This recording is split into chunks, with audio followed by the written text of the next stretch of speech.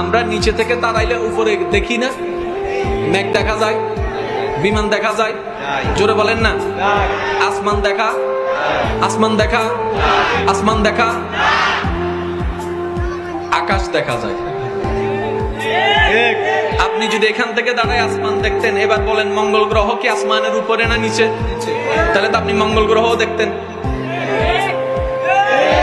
Galaxy কি আসমানের নিচে না উপরে? তাহলে তো আপনি গ্যালাক্সিও দেখতেন। আপনি আমি যেটা দেখি সেটা আসমান নয়, আমাদের চোখের শেষ সীমানা, যাকে আমরা আকাশ নামে চিনি।